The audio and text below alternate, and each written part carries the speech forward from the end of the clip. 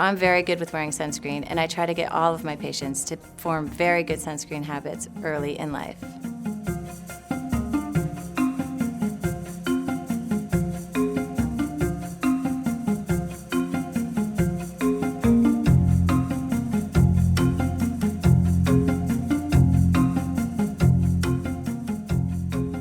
I have two populations of patients, those who believe in sunscreen and those who don't.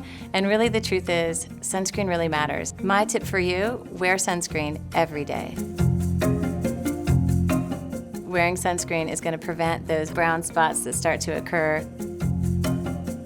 It's going to prevent that red neck that a lot of people start to get early in their 30s and 40s. Sunscreen even prevents wrinkles.